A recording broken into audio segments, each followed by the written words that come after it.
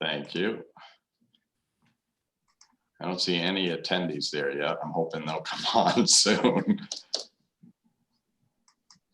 So a couple of things I'd like to go through before we kick the meeting off. We do expect that Bill Grant and Julia Sleeper will be presenting first versus Betsy Norcross Plourde because of a conflict that Betsy had with scheduling, but she'll be joining us relatively shortly. So I may have shared some of this with you folks, but if I haven't, so I'm going to cover some things right now. Bobby Avery has left the school district, so she's no longer part of the poverty committee work, but Ed Barrett has decided to step in. I think some of you know that already, but I wanted to make sure I made an official announcement.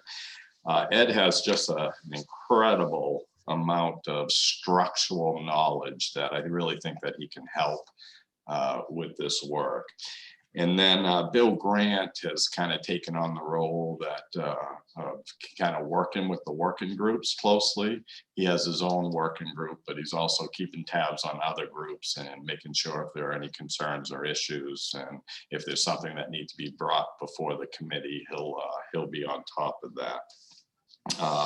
Originally, City Administrator Dennis Dote had been appointed to this committee, but he assigned it to the Deputy City Administrator, Dale Doty, and as everyone probably knows, both of those folks have left the city employment. So this morning I was pleased to be part of watching the swearing-in ceremony for Heather Hunter as our city administrator, and Brian O'Malley as our Deputy City Administrator.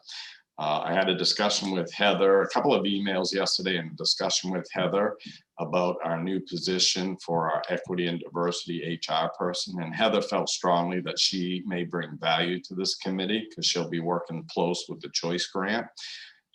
So I don't think a final decision is made, but I think where Heather is leaning at this point is that that position will be the lead position for the city, and will report out to Brian O'Malley as our Deputy City Administrator. It was important to me right from the beginning to have people in this committee who have authority and can make things happen in our, within our organizations. So that's why administrators and superintendents and assistant superintendents of the school, I felt it was vital to have them here.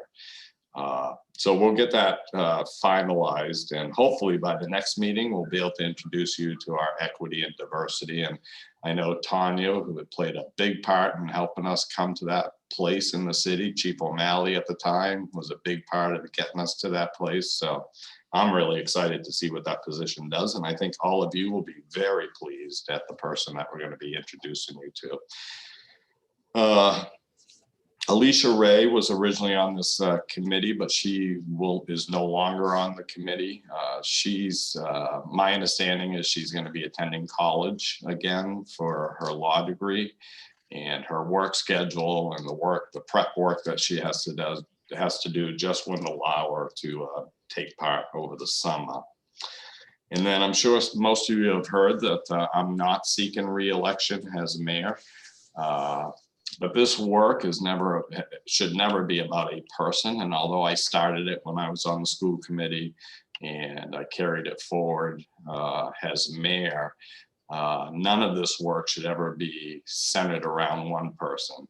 What I'm confident is that if we're not able to finish our work by the time the end of my term comes, I'm quite confident that I'll be able to get the council to support the work continuing, and possibly even me staying on board to do that piece. So I have no concerns when it comes to that. So I just want to relieve any stresses that people might have about this work pausing or slowing down after my departure as mayor.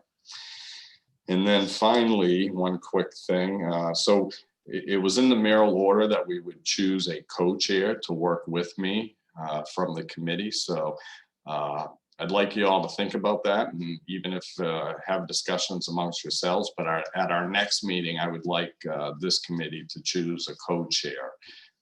And that position will require a few more meetings. So if somebody's interested in that, just know that you'll have more meetings to attend. And but they're all good, and I find them exciting. So I think anyone who chooses to be the co-chair or have an interest in it will find it valuable. All right. With that said, I welcome all of you, and thank you so much for being part of this work. We're going to go through agenda items 2 and 3, and then I really want to start having discussion about what a system might look like. And I really wanted to wait to even talk about that until we have working groups share some of the things they're working on. And I've asked the schools, originally asked Jake, but Jake has an appointment that came up at the last minute that's very important. So Karen will kind of lead us off with some thoughts once we start that discussion. So I'm anxious for that. Hi, Karen. Thanks for agreeing to do that at the last minute. Oh, and Bill Grant, is he in the attendees? Okay. Yeah, he should be brought right in with us probably. So with that said, we'll invite, let me just see who's here to report out in the attendees. So all I see is Bill and Shawn Yardley. Shawn's kind of watching these two presentations, but why don't we bring both of them right into the committee meeting so that Shawn can take part without having to raise his hand. So I think Bill will be reporting out on the graduation, increase in graduation rates, and then hopefully by his completion, Betsy Norcross, Plourde, and possibly Monica Miller will do the next presentation. This is an opportunity for the committee to really ask questions and share your thoughts on directions. I just encourage you all to be engaging once Bill gets out the basics. Hi, Bill. Hi, good. Thank you for having me again. Julia Sleeper is somewhere out there listening to this too, but had to bring some folks up to do some swimming stuff. So I said I'd be willing to do it, Julia. So I'm just going to try to screen share, and I will get this document to everyone. But this is just kind of an overview of our graduation working group. So we're working on graduation rate. And I think today, based on, going through the ad hoc order, you guys will want to look at what the group is. And then as far as some of our indicators or beacons. And then any other questions you have, I'm happy to answer. So Joe Philippon, Julia Sleeper, and myself are the leads on the graduation rate working group. Julia, most folks know, is with Tree Street Youth. I'm kind of representing adult education. And Joe Philippon is part of the police department, but Joe is also on this as a community member. Then our other group members are Caitlin Ergis, who is the director of guidance or student services at the high school. Jay Dufour, one of the assistant principals at the high school. Oren Stevens is with Next Step High and kind of a teacher coordinator position there. Tahim is somebody that I think a lot of people know, but he's a student representative. And we reached out to Tahim to do this work because he has a lot of experience in the different transitions for earning your high school credential. Jamie Cowett, who's with the store next door and works a lot with our homeless youth in the Lewiston-Auburn area. And then Chris Galasso, who is our new data person. And as I talk about, you'll understand why we wanted to include him. But he's not just specific to Lewiston High School data, but really Lewiston Public Schools as a whole. So the model that we've put together for our group is called the co-creation model. Folks might have heard this, but it's working in a collective, decentralized approach where the voices of those most proximate to the issues are the core people creating the solutions. So hopefully, as you look at this list, and while this list could include other names that we'd bring forth to you, because there are some names that we have reached out to people, but they just haven't confirmed with us yet. But most of these people are working very closely with the situations and the indicators that we are going to be working on with graduation rate.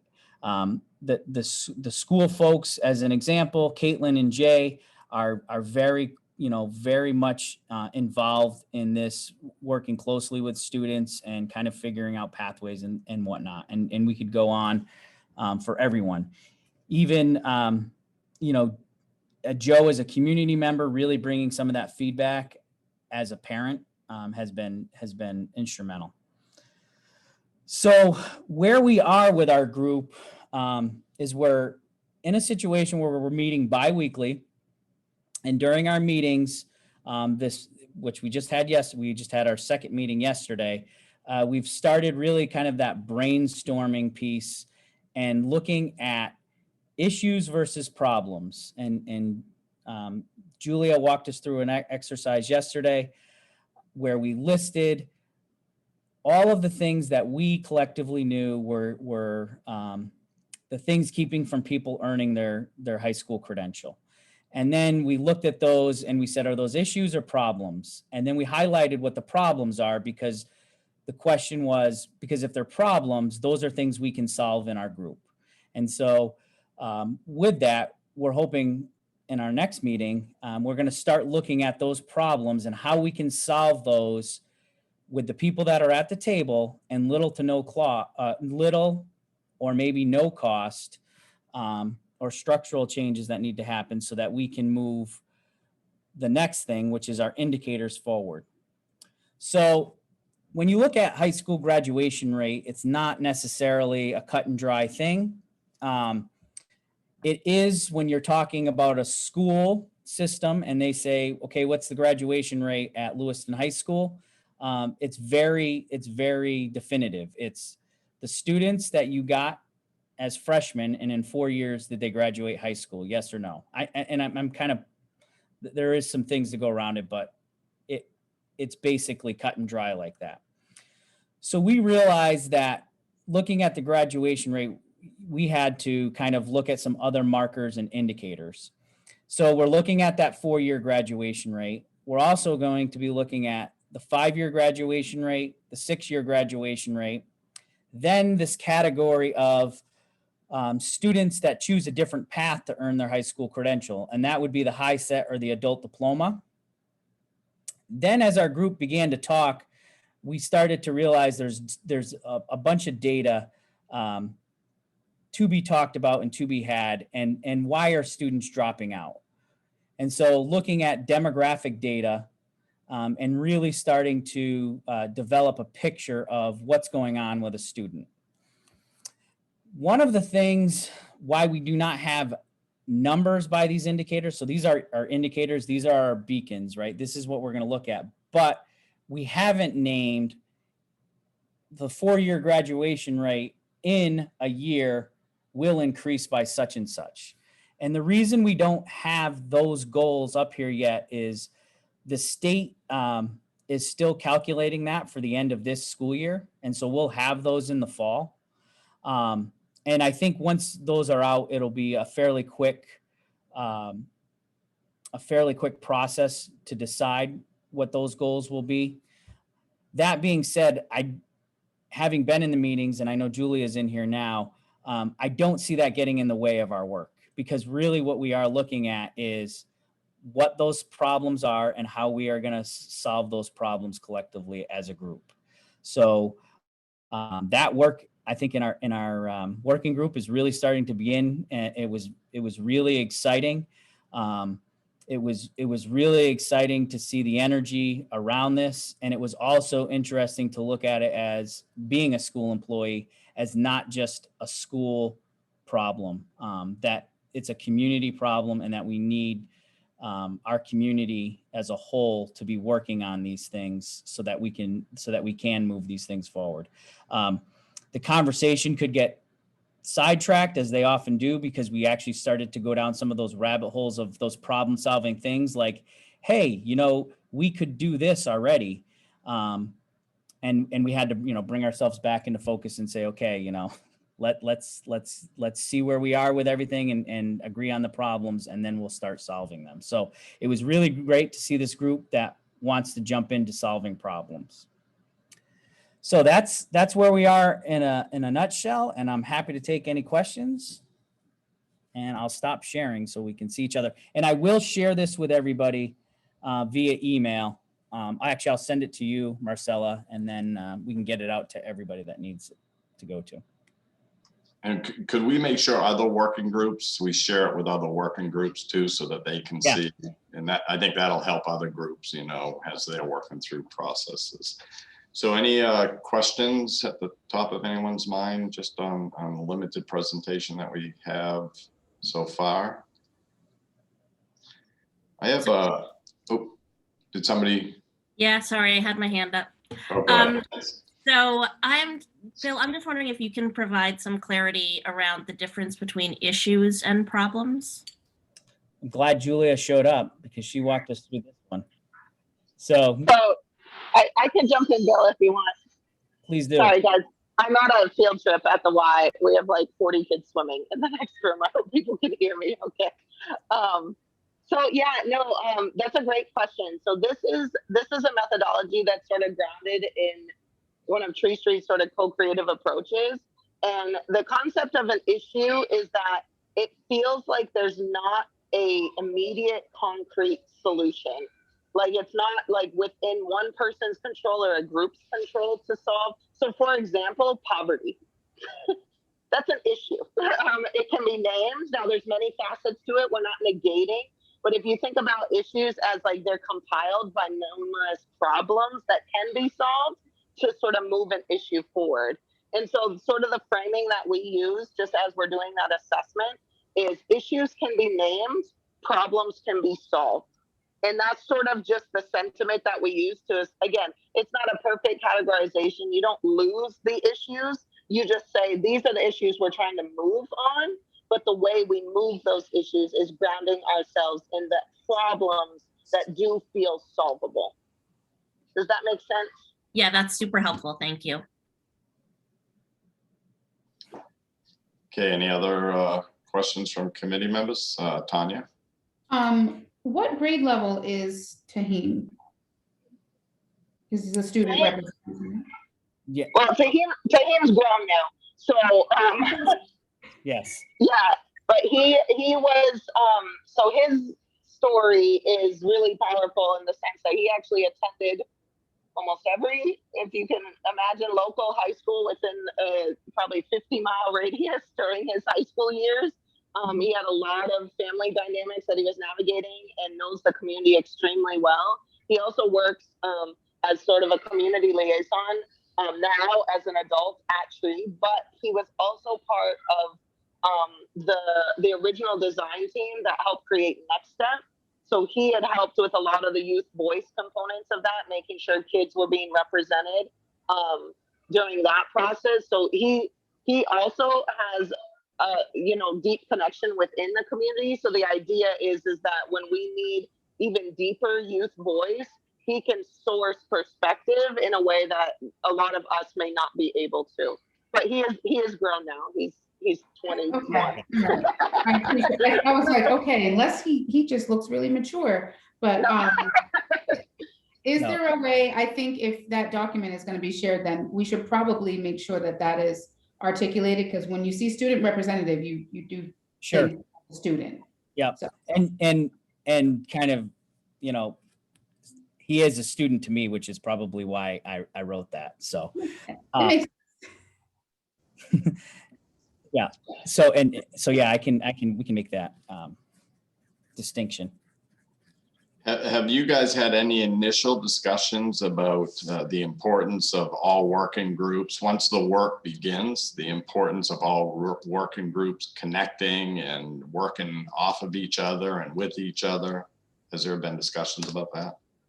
So I would say with me, there's been discussions of that, Mark, but not not like that list, that group of people that you see in there, and probably even including my two leads of Julia and Joe.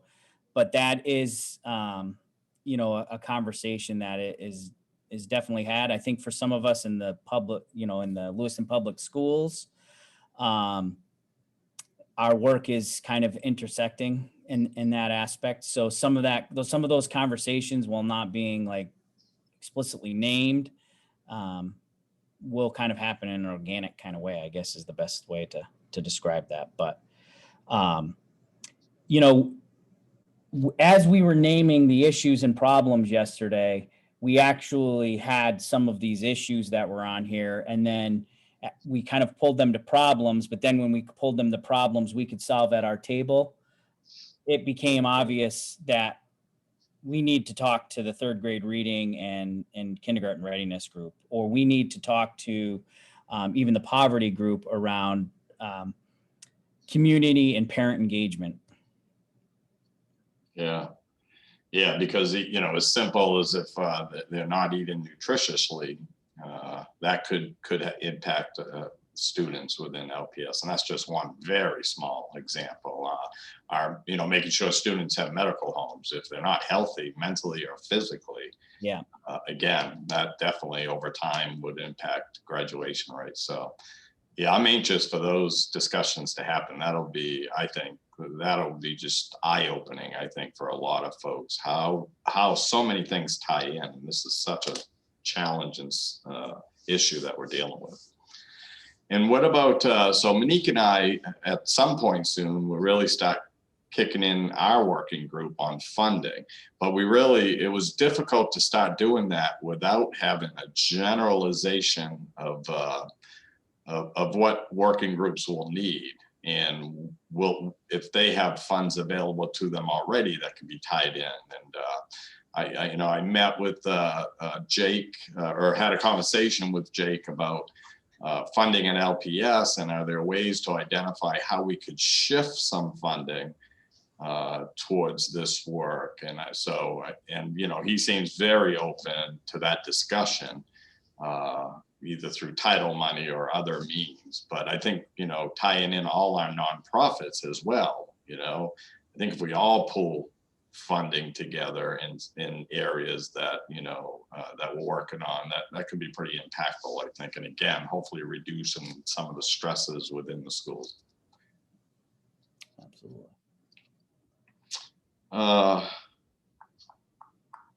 The only other question I have is, can you give an example of a problem? I mean, you said you identified solutions and problems. Can you give a couple of examples of those?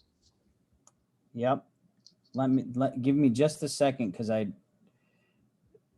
can spitball a few of them. Okay. This is just from my head. We do have the full list, which as we kind of more thoroughly develop it, I'd be more than happy to find a better way to share it. We're just not quite there yet. But a lot of the brainstormings, things came down to things that were having implications was communication, the ways in which families were receiving information and knew about different resources. One of the areas we explored a little bit on was grounded in feelings of belonging, and how do you ensure that all kids feel like they have sort of connection points within schools and belonging.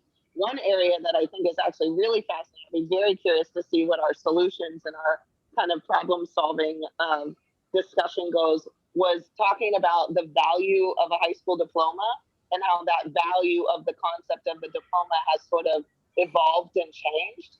And we were sort of battling back and forth, well, what does that exactly mean in this type of work that we're doing around this specific table, and what could we have control over? So we started spitballing some ideas of well, how do we not only vocalize the importance of that diploma, but also create value for it specifically in this community, and get people excited about celebrating diplomas, celebrating getting to that finish line, and getting the community kind of rallied around those such things. Others were very concrete, school directed, around addressing gaps in education, about summer programming and ways that summer program could play maybe a more significant role in kind of filling some of the gaps. I'm trying to go through my head here. Any others, Bill? Those were some of the major ones that emerged. Also just addressing the need for multiple pathways, and recognizing that some things, like for example, the size of the high school in and of itself, or the size of the middle school even, are, reality, constraints that we would need to function around and work with when we're doing some of our problem solving. But that was some examples of just some of the things that emerged that we felt we could do some pretty significant, thoughtful reflecting on. And then the only other thing that I think was unique came down to also the data, which I think kind of Bill expressed a little bit, is how are these numbers being tracked? How are the stories being told about like who is falling into all these respective categories? And can we do a better job at cleaning up that data, even with a recognition that was being said by some of the school people, just with the transient populations that we have, like how often kids are being tracked and included in some of these data points that aren't even in our community, or that sort of there's not a good system for supporting kids when they're transitioning out or in. And so those were some other areas that we're like, maybe we could do some brainstorming and problem solving around how to improve those systems as well. Yeah. And I do just want to add on to that data conversation and the storytelling. One of the things the group in our first meeting, we realized, and particularly because of Caitlin kind of walking us through and Jay walking us through what they face with data, and you see a report card that could come out from the state on a school system, or you go to like Zillow and you see what the school system is rated. And really that as a community, and I think this group helping the schools tell the story correctly. For example, if you decide to go get your high set, no matter what, it shows up on the data report from the state, from the feds, that person was a dropout. And so how do we tell that story better? And, that might be an annual communication of the data storytelling for the school when it comes to graduation rate, as opposed to just handing the community one number and people making, a bunch of assumptions about it, and school people saying, yeah, but, and thousands of conversations. So our group did kind of, hone in on that. Storytelling is very important when we're looking at this. I just hearing you say that makes so much sense. I just, even when I was a young elected official in Lewiston, I used that rhetoric, seeing those numbers, just automatically started slamming the schools. But you're right, it's a much bigger story. And if it does that to adults, imagine what it does to a student on the edge. If they keep hearing, oh, we have terrible graduations and they're struggling, then they almost become accepting of, okay, I'm just going to be one of those numbers that doesn't graduate. So I saw Julia nodding her head up and down. So no, most definitely. Well, and I think also like some of the part that we also were discussing is how, being more encouraging, not just to the students, but to the teachers and the educators, recognition of how hard they're working, recognition of like appreciating their efforts and what it takes to get kids to graduation, and sort of again like having that sort of rallying support throughout the whole community, that's saying like, no, like we're proud of our kids, we're proud of our schools, and we also recognize how many adults and teachers and coaches and administrators and leaders like throughout the community it takes to really get those kids to graduation, and everyone sort of having that collective excitement around that,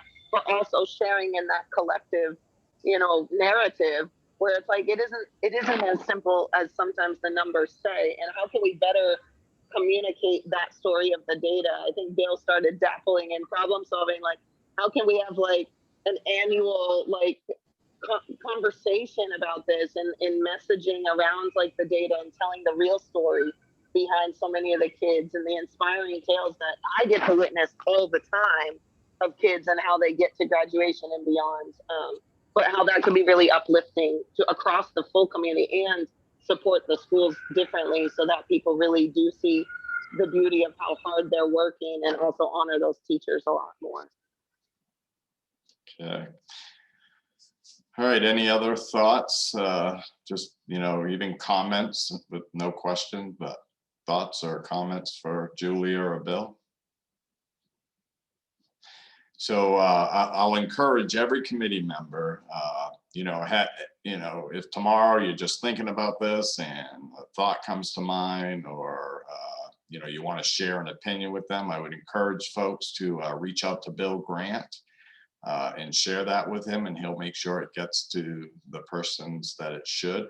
So Bill, could you just make sure, I think everybody has your email, but could you just, when you send, you'll be sending out that stuff to everybody, so everybody will have your email there. So, or any other contact information you want to share with them.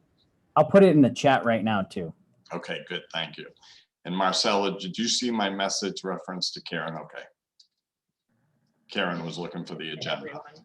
Okay, thank you. Thank you.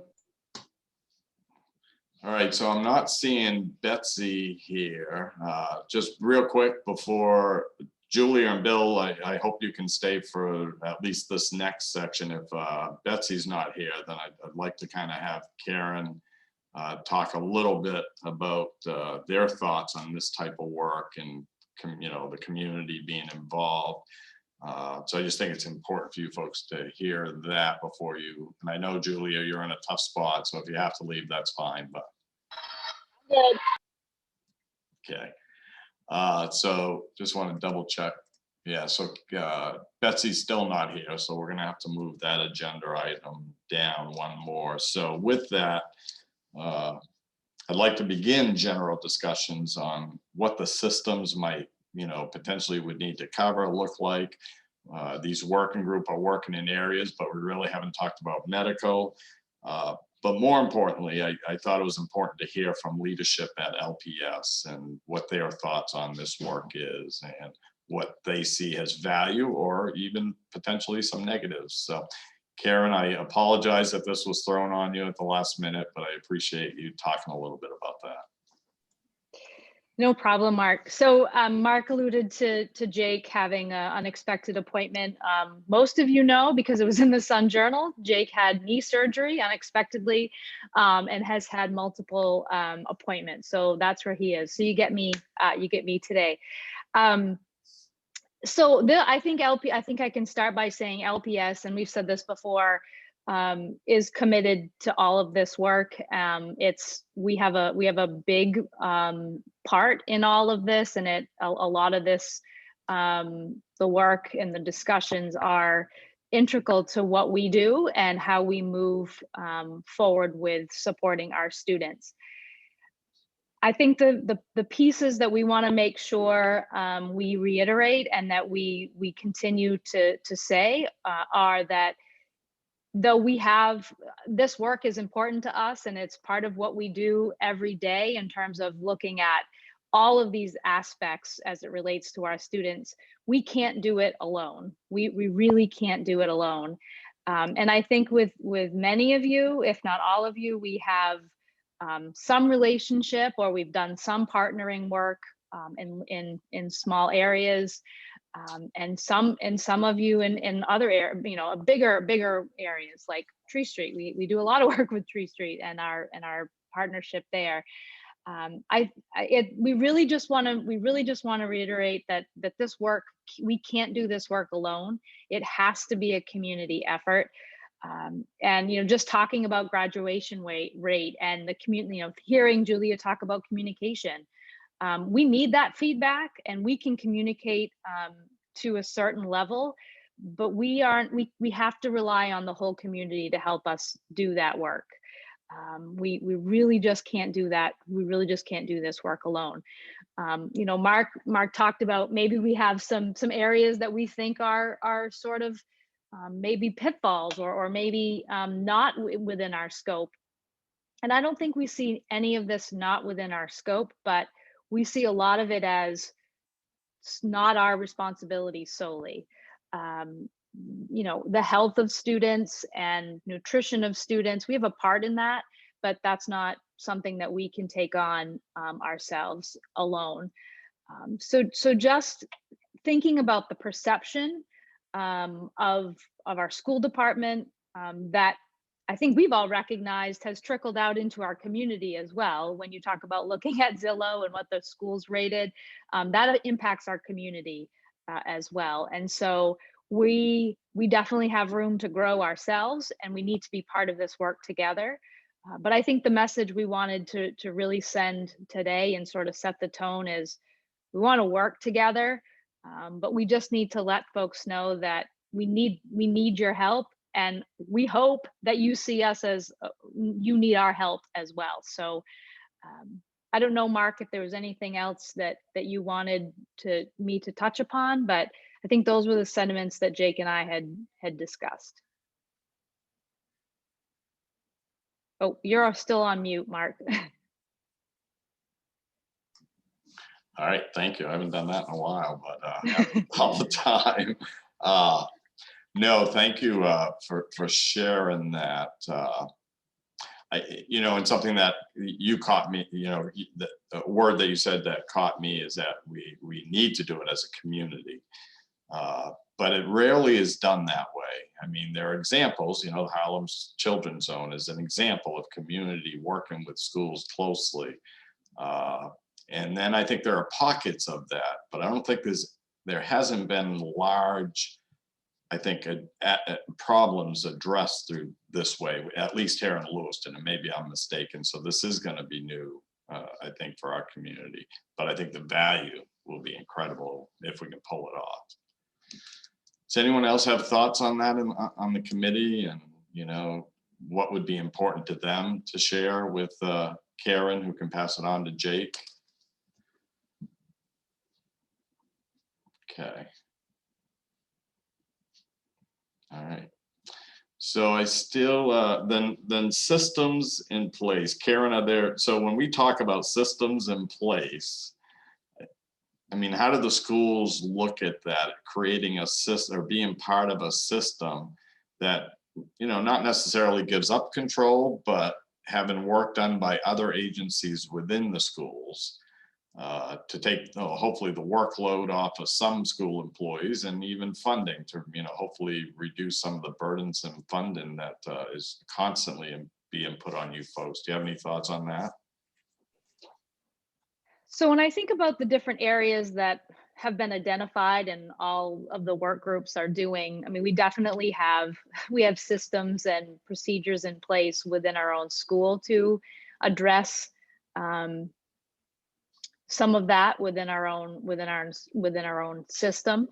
We do partner with different organizations to help with health. We do partner with other organizations to help with the early education piece. We do coordinate with other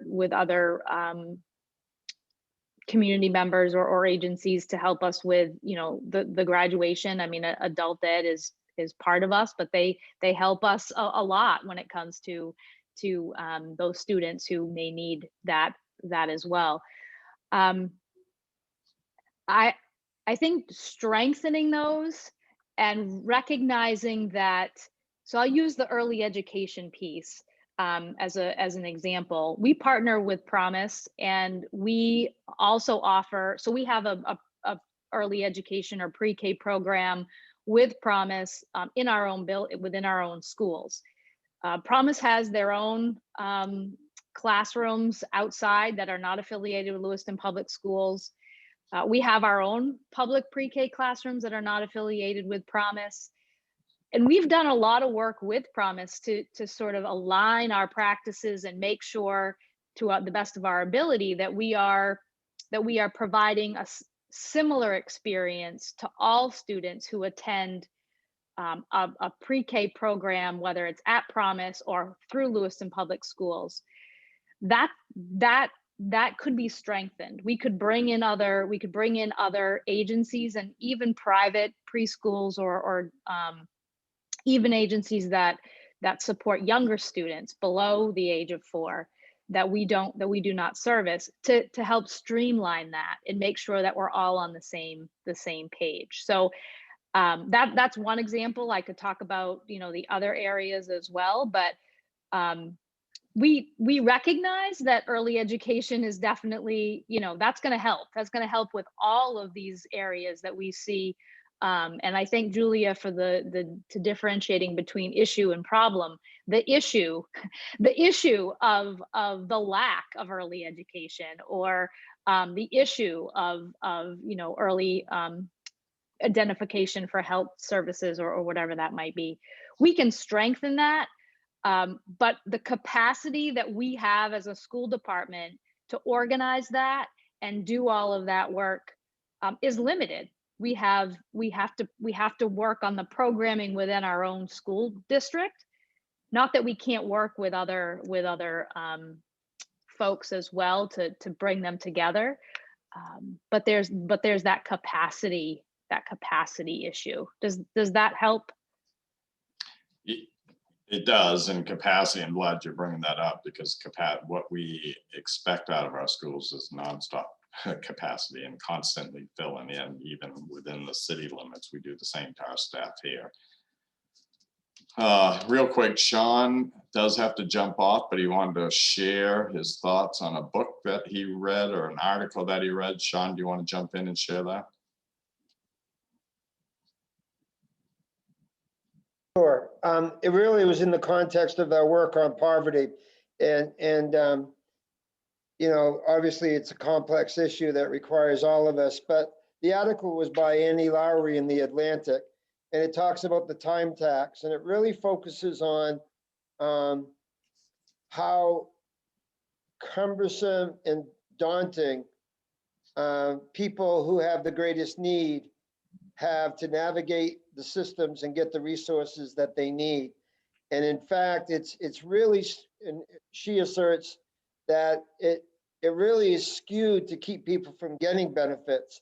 Many of the benefits that people like us that have means, we don't face the same issues when we're setting up a retirement account that someone has to apply for unemployment, or to apply for WIC, or for public housing. And it's skewed. And if you're Black or a person of color, it's even more difficult. And I think we're not going to solve all those problems, but I really would encourage people. It's probably a 10-minute read. And Annie Lowry actually did a feature on the child tax credit, and came to Lewiston, or interviewed people in Lewiston about going door to door to make sure that people know about this benefit. But so many of those benefits, like TANF or food stamps, obviously they're called something different, I'm dating myself, but are underutilized. And that people have a great dropout rate when they need to recertify, because it's made so daunting.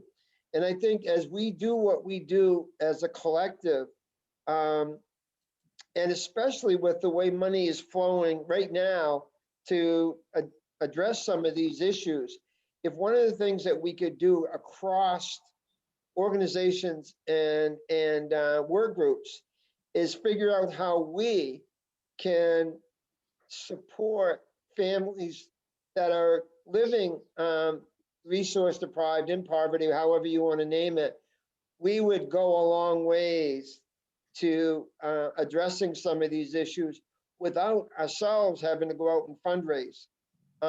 I think the biggest challenge will be for all of us to collectively build capacity to support people to get what they're entitled to in a way that's not shaming, and they don't fall through the cracks. As we do our poverty work, and I talked with the mayor and with Bill, and this is not about community concepts, but our whole mission from the time Lyndon Johnson declared the war on poverty, community action agencies were the targeted, with the identified vehicle to do that. And so we're really excited about being a part of this. We ascribe to the concept of whole family, and wrapping services to them along the lines of Annie Lowry's article on the time tax. And we could bring incredibly large amounts of funding into community through families that spend the money, and everybody benefits with them getting getting the maximum of what they're entitled to. And so as different groups, the schools and others struggle with helping to support families, finding a way to connect in a way that isn't just one more stop for the family on a long line of stops to get their basic needs met, would be really, really, I think, a great success. And I'm confident that we could do it. A few years ago, when we introduced Whole Family, and we invited all of the nonprofits that we could think of and all of the organizations that share people in the community across programs. And we invited everyone to come, and we did some initial work on co-locating. So if someone comes to general assistance, they can also see someone that has LIHEAP benefits. If someone wants to get WIC, we can be there, and I say we collectively, to then offer them something else, rather than have families have to make 20 stops across town. So I think there's all kinds of simple but very difficult things to do. Just because something's simple doesn't mean it's easy, as we all know. And I think having conversations so everybody understands the experience that people have.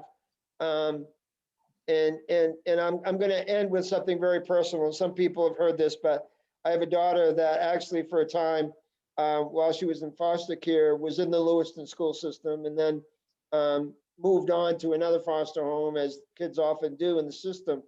And when she came to us, she was 8 years old, and the school tested her at borderline MR with an IQ of 78. She graduated from high school taking honors courses, and 2 weeks ago, she got her license as an LMSW. And if we'd have believed when she came to us that 78 was all she could aspire to, we can't afford to lose any kids. And we got to get them where they are, whether they're 8 or 28. And we can't afford in our community to lose people. And there's a lot of people that have lots and lots of barriers that we need to help support them overcoming. And so I think that's going to be work of the poverty group. My other co-leads couldn't be here, so I got tapped. Don't have a formal presentation, but I think the whole family concept, and we're prepared to do trainings. It's not ours, it's really the community's. And it's very personal. It allows people to work on what they find is most important to them. And that'll obviously motivate people. If they're working on a problem that's real to them rather than the problem we think they should be working on, it provides dignity, and it reaches people where they're at, not where we want them to be. So thanks. Thank you, Shawn. And we are hoping you'll come back for our next meeting to actually do a formal presentation. I figured we'd give you some time after our last meeting just to kind of put your thoughts together. So thank Great. you. Thanks.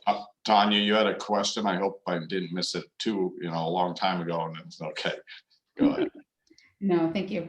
And congratulations to your daughter, Shawn. That's amazing. Thank you. This question, Karen, this is going to be a big question. So if maybe there's not a direct answer for this, but, I think in listening to you share the, kind of what you and Jake talked about, and really emphasizing the fact that this isn't something that, the school district can take on alone, and it is a community, will take a community effort.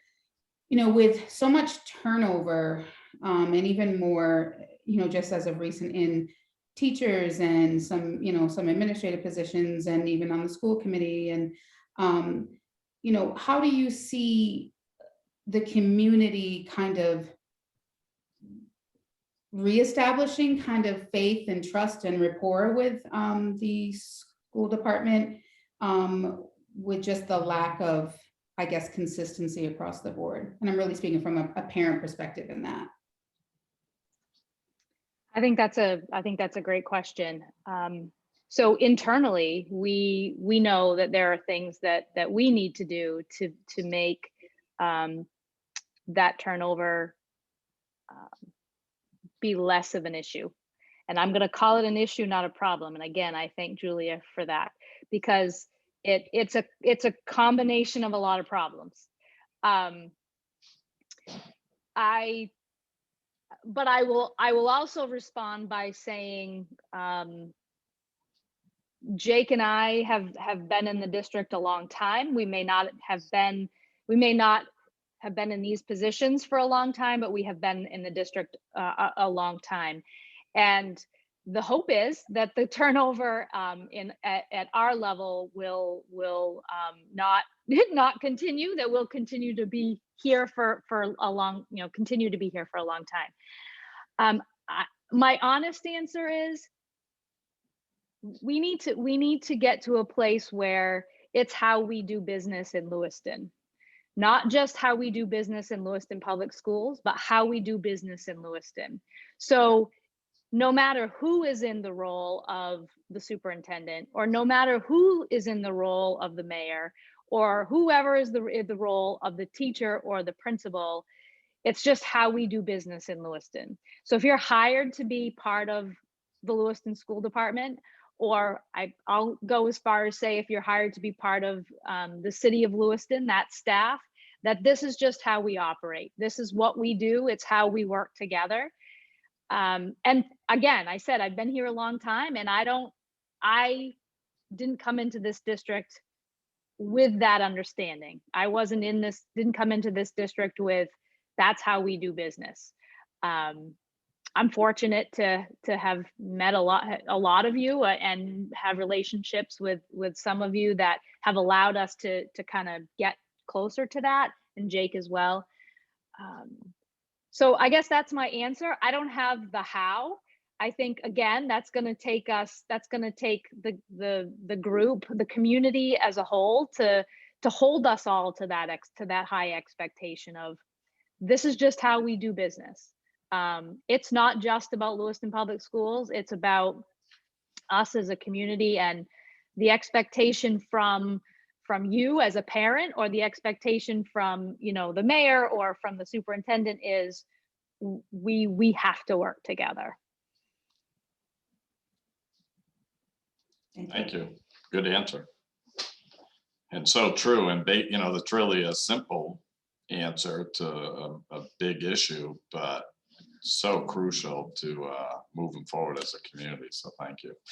Any other, I see Betsy's here. Welcome, Betsy. But any other questions of Karen's or opinions on some of the things that we talked about here? Okay, thank you so much, Karen. So with that, I think I'd like to turn this over to Betsy so she can give us a brief presentation on the work that she's been involved in. And just a little plug for Betsy and all our nonprofits, of course, but Betsy has done some incredible work in our community through Promise as the leader of that organization, and it's making a difference. And the partnership when I was on the school committee and the chair, the partnership with Promise and LPS is just an amazing partnership that should be built on and continue down that path forward. So I'm not trying to embarrass you, Betsy, but you just do so much for our community. And with that, I'll say, take it away.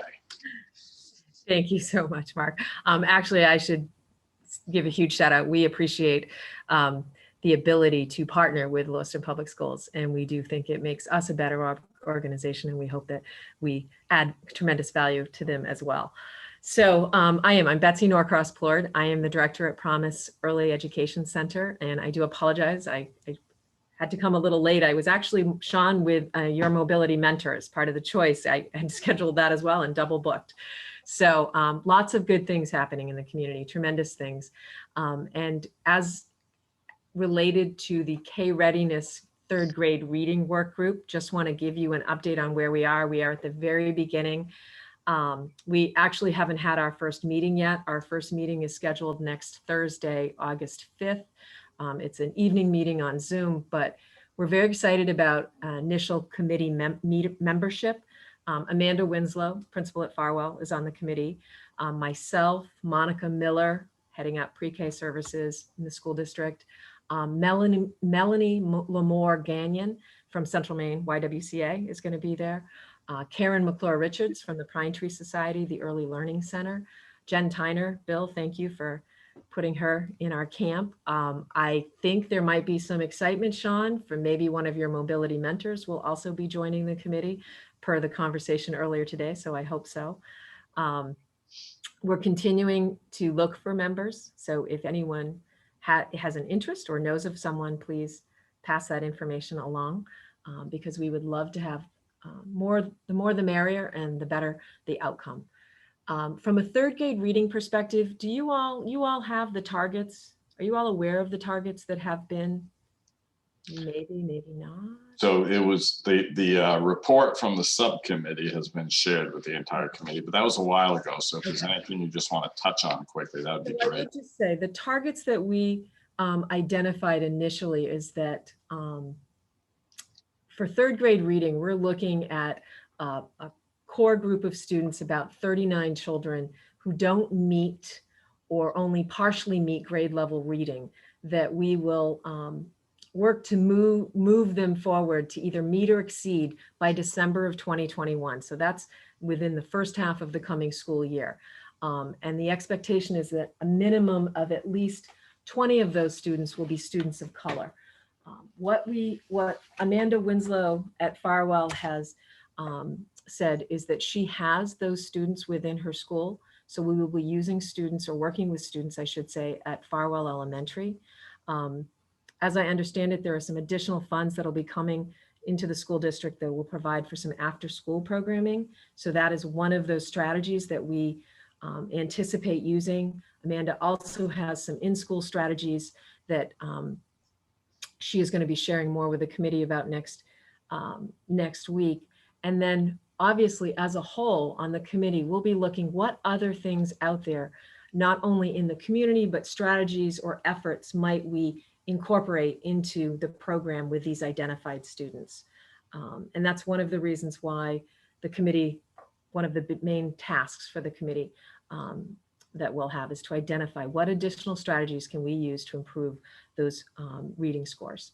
So that's where we stand on third grade reading.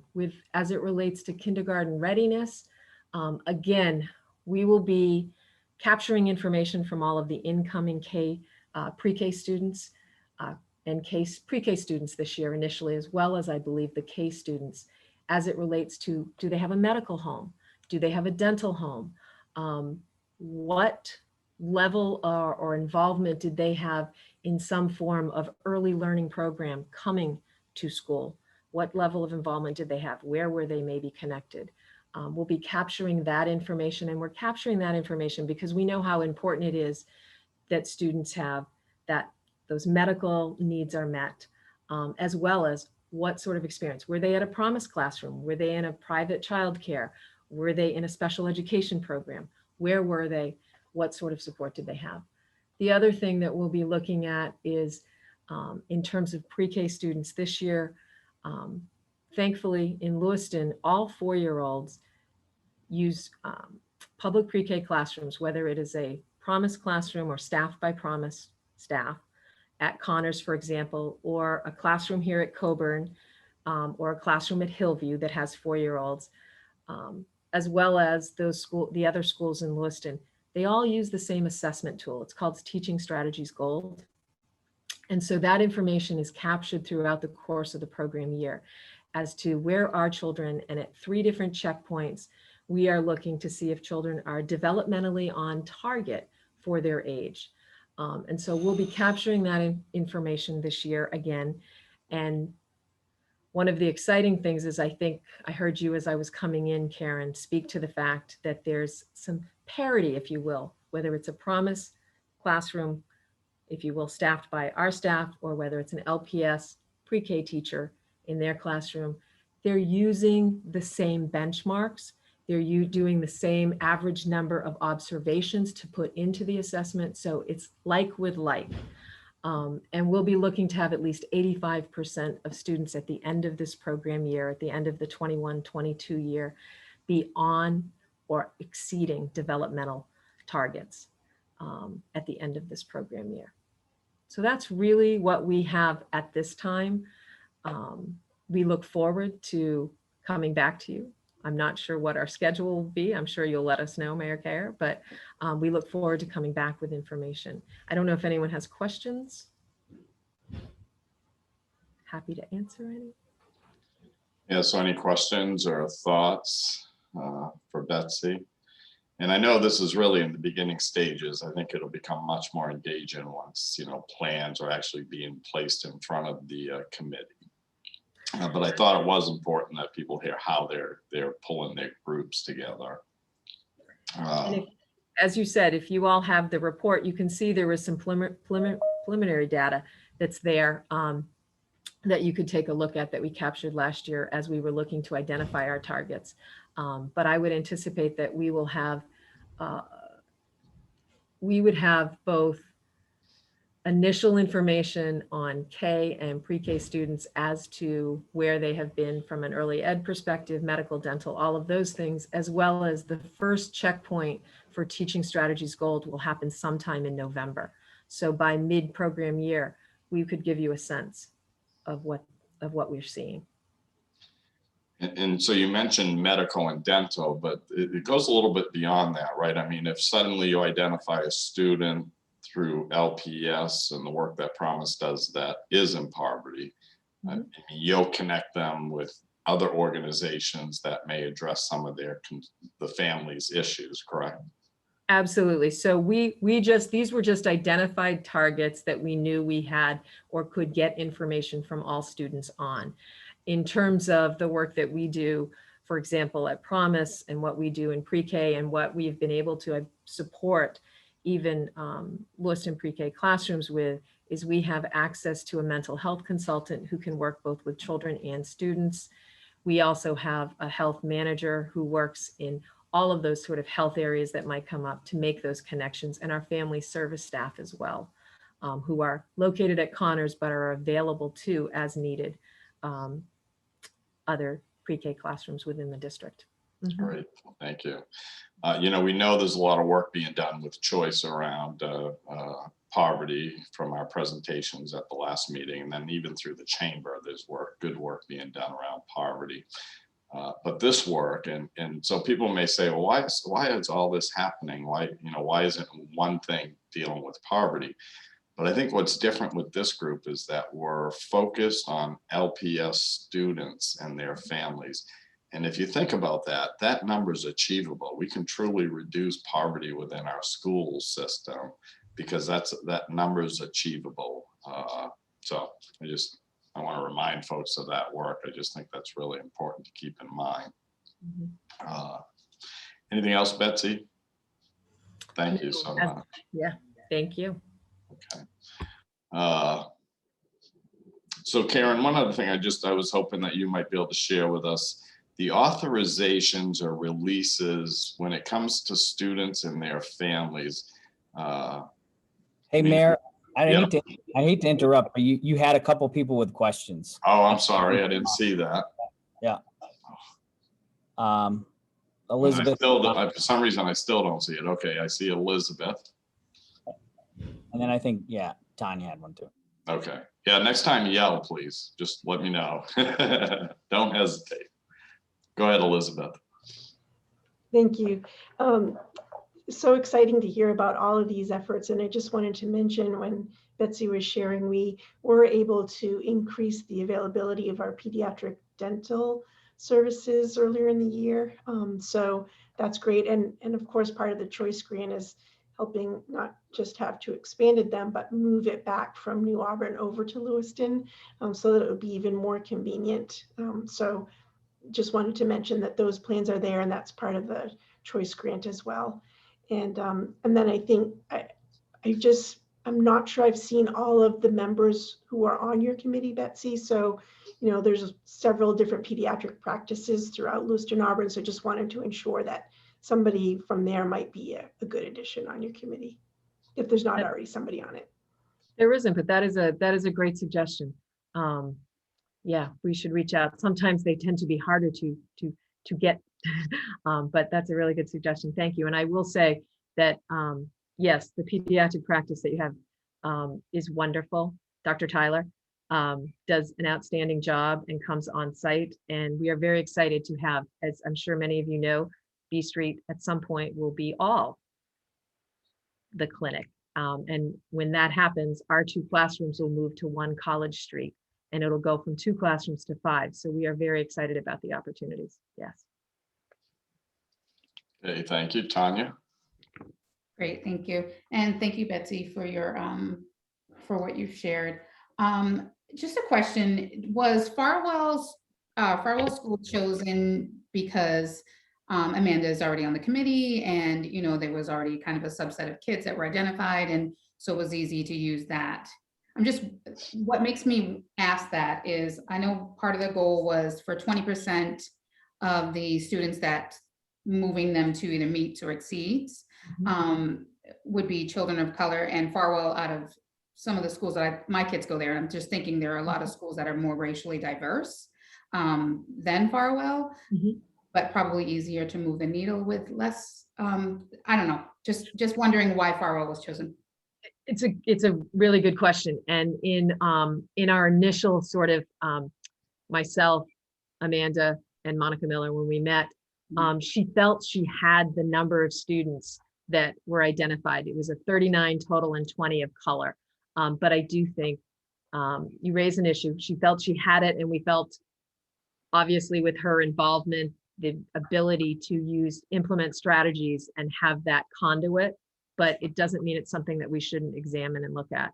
And I think it would be really nice if we might even consider and the ability to work with even more students is what I would suggest, and not less. But thank you. I will definitely take that back. It's a very good point. Okay, thank you. So Bethany, that's a really good point that you brought up in chat. If you could just share more of that with Betsy and the other working groups that are still here in the room. Sure, I was just saying that as you think about medical providers for children, don't forget family physicians. I know you've got BC already, so that's kind of, you know, the family medicine model. But not only can we provide the care for kids, but we can think about the whole family unit. And if mom and dad or whoever is the caregiver is not healthy, it's going to be hard for the kids to be healthy and well as well. Absolutely. Absolutely. Thank you. And if there are suggestions, so one, I'd like to offer the opportunity for anyone on the ad hoc committee that if they have an interest in some of these working groups, I would encourage you to reach out to them and you know, maybe attend their meetings, be part of that. I think that would only be beneficial to, in the end, when we all kind of deciding what direction this will go in. So no doubt there, but also Bethany, if you're aware of any doctors or employees working at those practices, you know, if they would have an interest. I think you had a couple of interns that expressed the interest in being part of this, but I haven't seen them attend any of the meetings. But again, they're welcome. If you think there's a working group that would be beneficial to them, you know, for them, please let us know. Great, I will do that. Sometimes the timing of the meetings is hard because they're pretty booked, but I have several residents who are really interested in the well-being of the community, and I think this would they would have something to offer, so I can hook them up with you. All right, great. All right, Tanya, did you have another question, or? Okay, so yeah, at least I caught it though. Yeah, please, I'll just remind everyone, if I'm not noticing your hand, please just interrupt me, because my wife does it all the time. I'm used to it, so just cut me off. All right, anything else, folks, that you'd like to bring up? Mark, you had a question for me. What was your question? Who did? You did. You were started to ask me a question. Oh, I'm sorry, I lost my train of thought then. Did I even get enough? Yep, something about data, student data or information, the authorization of something. Oh, thank you, yeah. So releases, so that people who are providers working with the schools or vice versa, do you have any thoughts on what type of releases that would take, and is that going to be a major issue when the time comes? I think it depends on the type of information we're looking to collect. If, in terms of data that we collect as a district, we have some things that cover us in terms of what we can share and non-identifiable information and that sort of thing. If it relates to health and medical information, that would be a different, we would have to go a different route. But information in terms of the students that we share with Promise, and that we already have a form or a agreement that information can be shared. We share our data already. We've signed some things that help us get to that point. We actually share data systems, and so we don't have two different things going on at once. So I think it depends on the data we're looking at, and we would definitely work with whoever we needed to work with to make that happen. So what if, so instead of data, what if LPS identifies a student that lives in poverty, but they feel they could refer that student to services provided by Community Concepts or Promise or Tree Street, or vice versa? If those organizations are working with a student, but they feel it's important to share that information with LPS, and so not data, but more like providing services. So that does happen now. It's all about communication with the family and with the, between the two organizations, or the school and the organization. For example, with students who might who are homeless, we have a lot of organizations that we refer families to and students to, and it's a connection between our homeless liaison to that community partner or that resource, or it might be we give that information to the family, and the family, we help facilitate that conversation through the family. So if there's a need to provide those services, then if it's an individual basis, then we usually have someone who's already doing that work. Spurwink and some of those other community organizations or partnerships that we have, again, like Promise, we have a release form, but it's about the communication between the family and the school and the organization. So we have some things in place. If we need to do that for other things, we have some experience with it that we can base our, moving forward with a new organization or service provider. So that's not going to be an issue, really. Then you have the templates in place. It's just you have to have a trusted partner once that's identified. Then. Yeah, and making sure that we communicate with families and communicate with those who are involved. So we go to great lengths to try to make connections with families and the students, to make sure that they're aware of what we're sharing and what we're asking other people to share, or what the services that they would be receiving. Most of that happens within our schools, but it's not always. Especially, I'm using our homeless population as a big example, because that tends to be where we send families out or we facilitate those conversations. But yes, we have templates and we have things in place that we can use and modify and work with if need be. Okay, great, thank you. All right, any other questions, comments from the committee? All right, so I'm hoping that over the next couple of weeks to reach out individually to folks on this ad hoc committee, just to hear your thoughts and get some guidance on direction, anything we're missing. So you can expect to hear from me at some point, either by voicemail, so that hopefully we can all connect individually. But with that said, so what I think we're looking at, we'll have Shawn Yardley, and hopefully Monique and I will talk a little bit about some of the funding ideas that we have to provide some funding for the work. But otherwise than that, we'll see each other at the next meeting. All right, thank you.